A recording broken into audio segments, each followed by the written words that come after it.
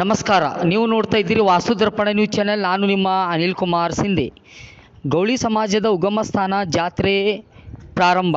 ಚುಡ್ಗುಪ್ಪ ಪ್ರತಿ ವರ್ಷದ ಈ ವರ್ಷವೂ ಕೂಡ ಪರಮ ಪೂಜ್ಯ ಶ್ರೀ ಬಾಲಬ್ರಹ್ಮಚಾರಿ ಶ್ರೀ ಮಾಧವಪ್ಪ ದೇವಋಷಿ ಮಹಾರಾಜರ ಚುಡ್ಗುಪ್ಪ ಶ್ರಾವಣ ಮಾಸದ ಬೀಜ ಜಾತ್ರಾ ಮಹೋತ್ಸವ ಕಾರ್ಯಕ್ರಮವು ದಿನಾಂಕ 2/9/2024 ಸೋಮವಾರದಿಂದ ಪ್ರಾರಂಭ.